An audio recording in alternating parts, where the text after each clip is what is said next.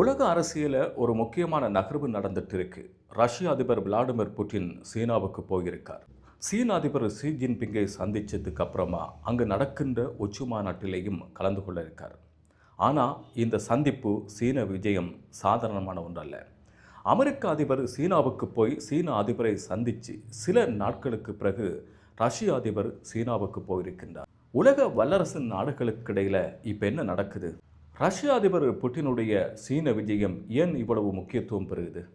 உலக அரசியலில் என்ன மாற்றம் நிகழப் போகிறது? அது பற்றி பார்க்கலாம். இந்த வருஷம் ரஷ்ய அதிபர் தன்னுடைய முதல் வெளிநாட்டு பயணமாக சீனாவை தேர்ந்தெடுத்திருக்கிறார். இது ஒரு வெறுமன ஒரு விஜயம் அல்ல. உக்ரைன் ரஷ்யா போருக்கு பிறகு ரஷ்யா மீது மேற்கத்திய நாடுகள் ஏகப்பட்ட பொருளாதார தடைகளை ரஷ்யா மீது விதிச்சிருந்தது. இதனால ரஷ்யா உலக நாடுகளிலிருந்து ஓரளவு தனிமைப்பட்டிருக்கு அப்படின்னு தான் சொல்லணும். இந்த இக்கட்டான சூழ்நிலையில் ரஷ்யாவுக்கு மிகப்பெரிய பலமாக இருக்கிற நாடு எது என்று பார்த்தா சீனா தான். இன்னைக்கு ரஷ்யாவுக்கு ஒரு முக்கியமான நாடாகவும் மாறி இருக்கு சீனா.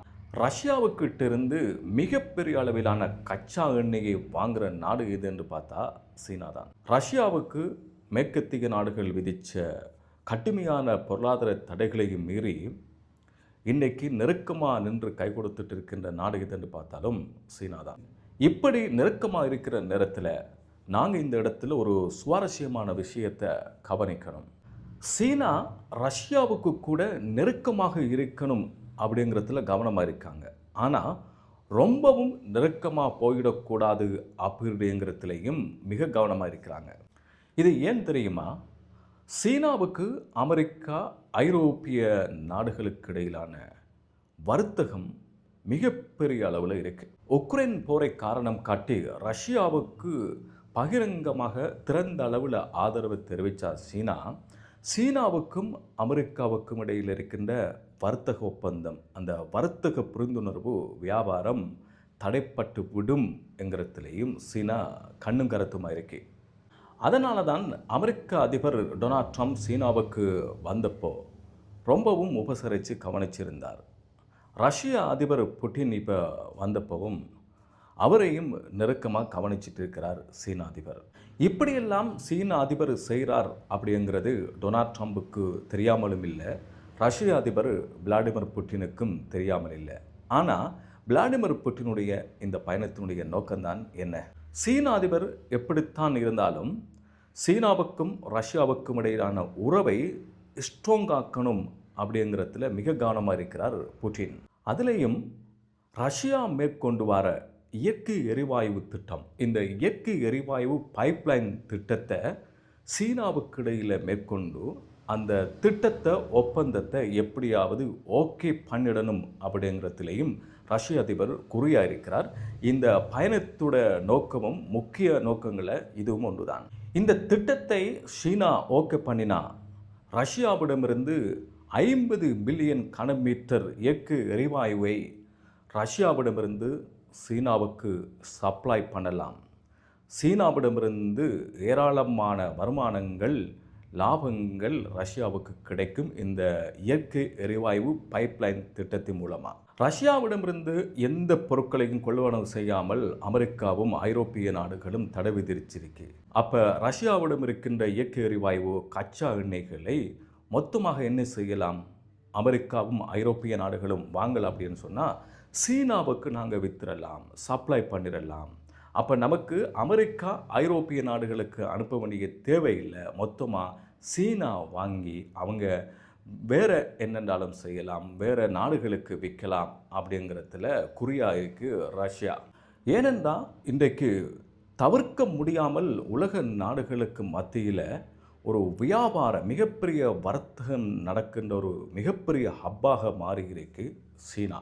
அண்மை காலமாக சில மாதங்களாக நாங்கள் பார்த்தோம்னா உலக நாட்டினுடைய முக்கியமான தலைவர்கள் அத்தனை பேரும் வரிசை கட்டிக்கொண்டு பீஜிங்குக்கு போயிட்டு இருக்காங்க. ஈரானுடைய அதிபர், அமெரிக்காவுடைய அதிபர், ரஷ்யாவுடைய அதிபர் மற்றும் பொருளாதார வல்லுநர்கள், மிகப்பெரிய வியாபார தலைவர்கள் எல்லாருமே இப்போ சீனா மீது தான் படையெடுத்து கொண்டுட்டு இருக்கிறாங்க. விரும்பினாலும் விரும்பாவிட்டாலும் தவிர்க்க முடியாத ஒரு சூழ்நிலையை சீனா இப்போ உலக மத்தியில் ஏற்படுத்தியிருக்கு. அமெரிக்க அதிபர் டொனால்ட் ட்ரம்ப், ரஷ்ய அதிபர் விளாடிமிர் புட்டின், இந்த 2 தலைவர்களுமே இரு துருவங்கள். இந்த இரு துருவங்களையும் குறிப்பிட்ட சில நாட்களுக்குள்ள, சில வாரங்களுக்குள்ள தங்களுடைய நாட்டுக்கு வரவழைச்சு கையாண்டிருக்கு. மிக நுட்பமான முறையில் கையாண்டிருக்கு சீனா. ரஷ்ய அதிபர் விளாடிமிர் புட்டின், சீன அதிபர் ஷி ஜின்பிங் சந்திக்கின்ற இந்த சந்திப்பானது உக்ரைன் ரஷ்ய போர், உலக பொருளாதாரம் இதில் மிகப்பெரிய ஒரு மாற்றத்தை ஏற்படுத்தும் அப்படி என்று பொருளாதார நிபுணர்கள், ஏனைய நாட்டு தலைவர்கள் நம்புகிறாங்க. அமெரிக்காவுக்கோ, ஐரோப்பிய நாடுகளுக்கோ, ரஷ்யாவுக்கோ, ஈரானுக்கோ இப்போ சீனாவை நேரடியாக எதிர்க்க முடியாத ஒரு சூழ்நிலை. அமெரிக்காவுக்கு தெரியும், ரஷ்யாவுக்கு தெரியும் சீனா எப்படி தங்களுடைய எதிரி நாடுகளுக்கு ஆதரவு வழங்குது. ஒன்றுமே பேசாமல் மௌனமாக இருந்து கொண்டு ரகசியமாக அமெரிக்காவை தாக்குவதற்கு சீனா எந்த வகையில் உதவி செய்யுது, எப்படியான ஆயுதங்களை வழங்குது, இதனால் தங்களுக்கும் தங்களுடைய நாட்டுக்கும் படைகளுக்கும் என்ன சேதங்கள் ஏற்படுகிறது அப்படிங்கிறதெல்லாம் அமெரிக்காவுக்கு தெரியும். ஆனால் இதை வெளிப்படையாக சொல்லி நேரடியாக சீனாவை முட்டி மோத முடியாத, தாக்க முடியாத ஒரு சூழ்நிலையில் தான் அமெரிக்கா இருக்கு. ரஷ்யாவுக்கும் தெரியும் சீனா எல்லா நாடுகளையும், எல்லா தலைவர்களையும் ஒரு வகையான முறையில் ரகசியமாக கையாளுது அப்படிங்கிறது. ஆனால் சீனாவை எதிர்க்க முடியாது. அந்த அளவுக்கு இன்றைக்கு சீனா மிகப்பெரிய வளர்ச்சி அடைஞ்சிருக்கிறாங்க. ஆயுத உற்பத்தி மூலமாக பலமடைஞ்சிருக்கிறாங்க. உலக பொருளாதாரத்தை தன்னுடைய ஒரே கூரைங்களை கொண்டு வந்து உலக பொருளாதாரத்தையும் வச்சுக்கிறாங்க. விரும்பியோ விரும்பாமலோ இன்றைக்கு சீனாவை நேசிக்க வேண்டிய நிலைமை, விரும்ப வேண்டிய நிலைமை, நண்பர்களாக வைத்திருக்க வேண்டிய நிலைமைக்கு இன்றைக்கு சீனா உலக நாடுகளை தள்ளியிருக்கு. எது எப்படி இருந்தாலும் சீனாவை ரகசியமாக கையாளணும் அப்படிங்கிறதையும் சில முக்கியமான நாட்டு தலைவர்கள் இருக்காங்க. இந்த அளவுக்கு சீனா மிகப்பெரிய வளர்ச்சி அடைஞ்ச ஒரு நாடாக மாறிக்கிட்டு இருக்கு. அவர்களுடைய நோக்கம் உலகத்தில் வல்லரசாக மாறணும், உலக பொருளாதாரம் தங்களுடைய கைகளுக்குள் இருக்கணும் அப்படிங்கிறதுல குறியாக இருக்காங்க. அந்த இலக்கை அடைவதற்கு அவங்க அழகான முறையில் சில திட்டங்களை வகுத்து போயிட்டு இருக்காங்க. அந்த புள்ளியை, அந்த இலக்கை நிச்சயமாக சீனா அடையும்.